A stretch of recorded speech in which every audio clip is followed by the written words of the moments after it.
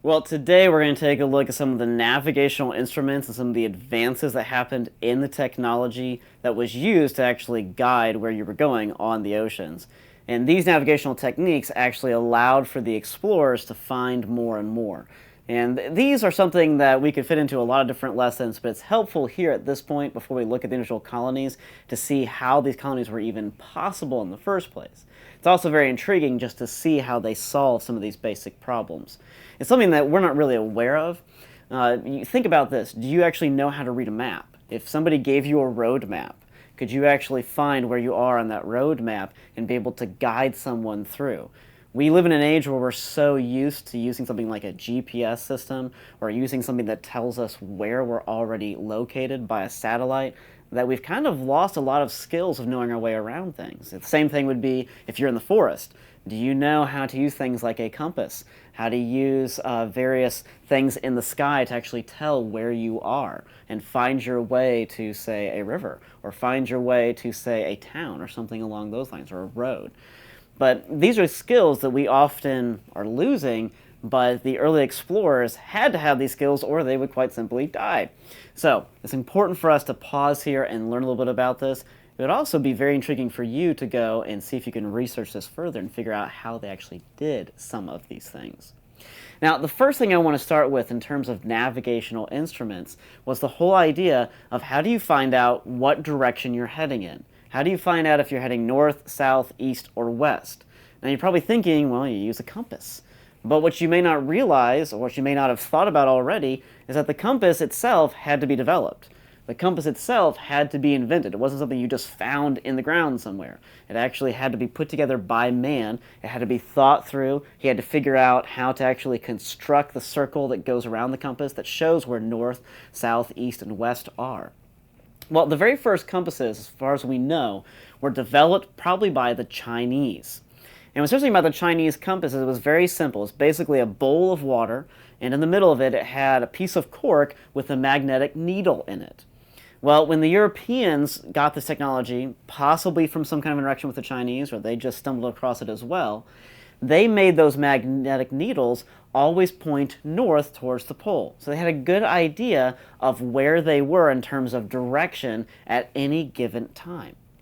Now, this was a huge advance because prior to the compass, the only way you could tell where you were was by looking at landmarks, or if you were out on the ocean where there was no land, you would have to drop weights into the water with knotted ropes that would actually give you an idea of how deep something was. But if you were in really deep water, you may not have enough rope, no matter how much you brought with you, to actually get to the very bottom of the sea. And so the compass was a huge advance in telling people where to actually go. What's kind of funny too about the compass, and especially the Europeans, is for some reason the compass was seen as witchcraft for a while. A lot of folks tend to think, oh, the compass, it just kind of moves around on its own. There must be something demonic behind that. That's, of course, ridiculous. The compass actually reveals to us how God has made the world and how he has created magnetism and how he actually has it used in the world. As a result of that kind of ladder thinking, realizing that God actually made it this way, Henry the Navigator, whose name comes up yet again, actually required all of his navigators and all of his students at the School of Sagre to carry magnetic needles whenever they went on voyages. In fact, they always had to have extra magnetic needles. In fact, one of the tales told is about Magellan, who was the first to circumnavigate the globe. Magellan kept 35 spare magnetic needles in his pockets at all times, according to the stories written about Magellan. So the magnetic compass was a huge issue. It actually allowed you to tell where you were. But the real problem with the compass was, how do you know, you can tell where if you're going north, south, east, or west, but how do you know where you actually are? How do you know what your location is? After all, they did not have GPS to tell them where they were in terms of both space and time. In other words, they didn't have a way to tell latitude from longitude. Now, these are terms I hope you're familiar with. If you're not, that's okay. I'll quickly go over them. Latitude essentially tells you how far north or south you are on the globe, on the Earth itself. And the way you can remember that is like a ladder. A ladder has rungs that go up and down, and latitude also has essentially rungs or lines that go up and down. Longitude is different. Longitude how it tells you how far you are in terms of distance going east or west. And so longitude and latitude are the opposite of each other. What's interesting too is that latitude was much easier to tell than longitude. And let me explain that, because this is a huge part of this whole time period in history. With latitude, there's a fairly simple way to measure it. Now, it requires some what we call trigonometry, which is probably advanced math for you at this point. But latitude can be calculated this way. If you can know the time on your ship, and you just have to know the time that you've been keeping, say, with an hourglass, if you go back to the old technology, before they had clocks that could work on a ship. If you have something like an hourglass, you've been keeping track of time, what you can do is you can wait till noon, when the sun is at its highest point in the sky, and using something like, say, a quadrant or a cross staff, or later they use something called the sextant. These are all different measuring devices.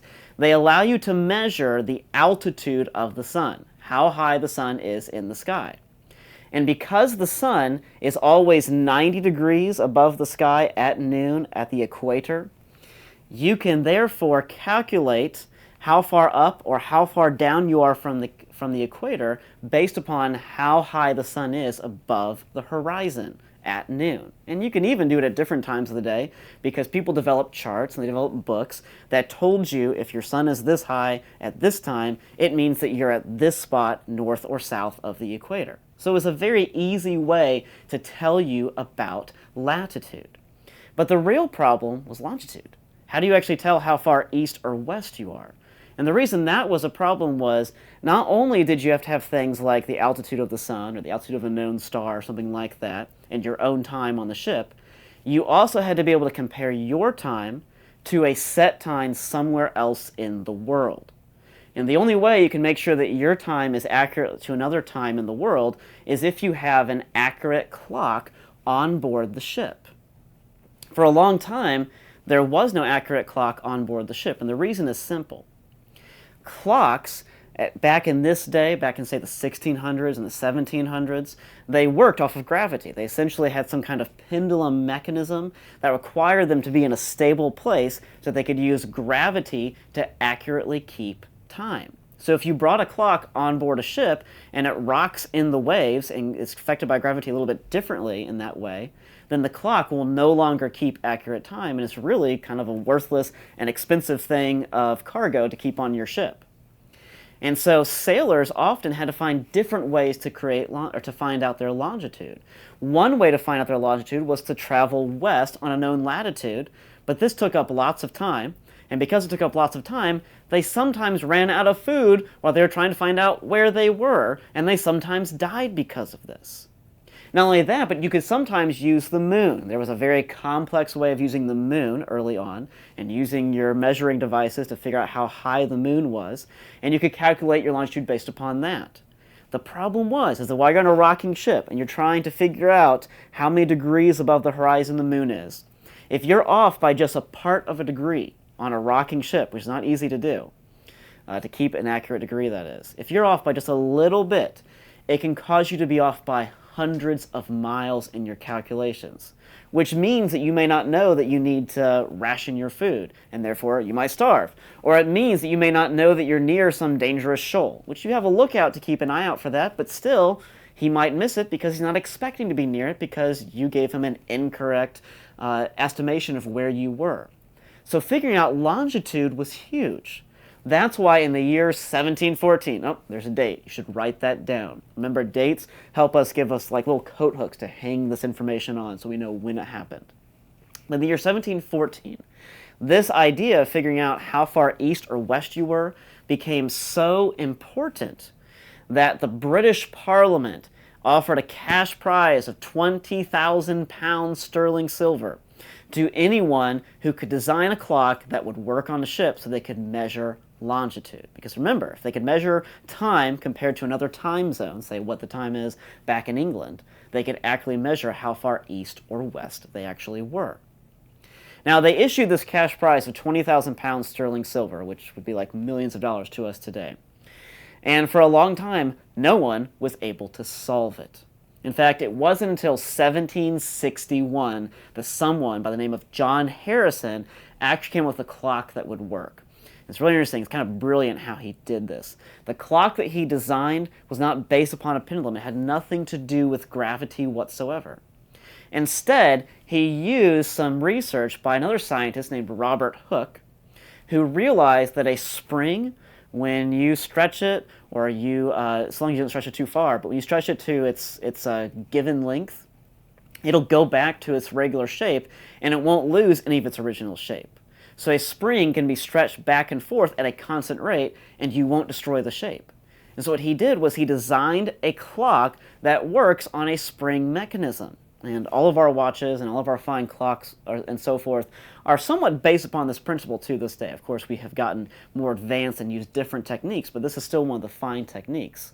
And because he did this, his clock could work on a ship. Now, the deal was the clock could not lose more than 30 seconds on a lengthy voyage. I think the voyage had to be like 1,000 miles. In order to win the cash prize, he had to take his clock on a ship, travel 1,000 miles, and he couldn't lose more than 30 seconds in time.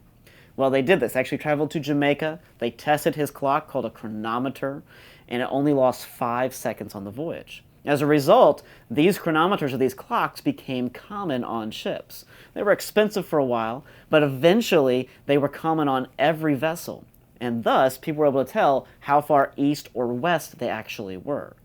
This made it much more possible to actually found these colonies in the first place. We'll talk about the Portuguese and the French colonies tomorrow.